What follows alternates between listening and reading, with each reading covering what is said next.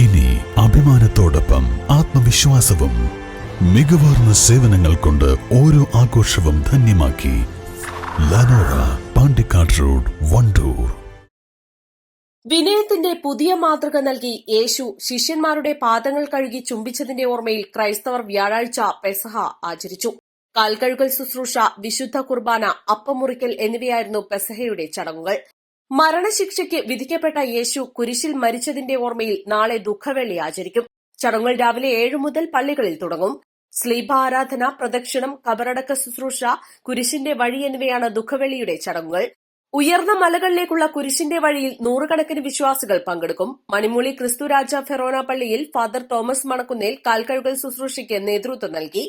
Father Thomas Manakkunnel, father Arun Poykayil എന്നിവരും നേതൃത്വം നൽകി. ചുങ്കത്ര സെന്റ് ജോർജ് ഓർത്തഡോക്സ് വലിയ പള്ളിയിൽ വികാരി ഫാദർ വിനോദ് ജോസഫും പനമണ്ണ സെന്റ് മേരീസ് ഓർത്തഡോക്സ് പള്ളിയിൽ വികാരി ഫാദർ മാത്യൂസ് വട്ടിയാനിക്കലും ശുശ്രൂഷകൾക്ക് കാർമ്മികത്വം വഹിച്ചു.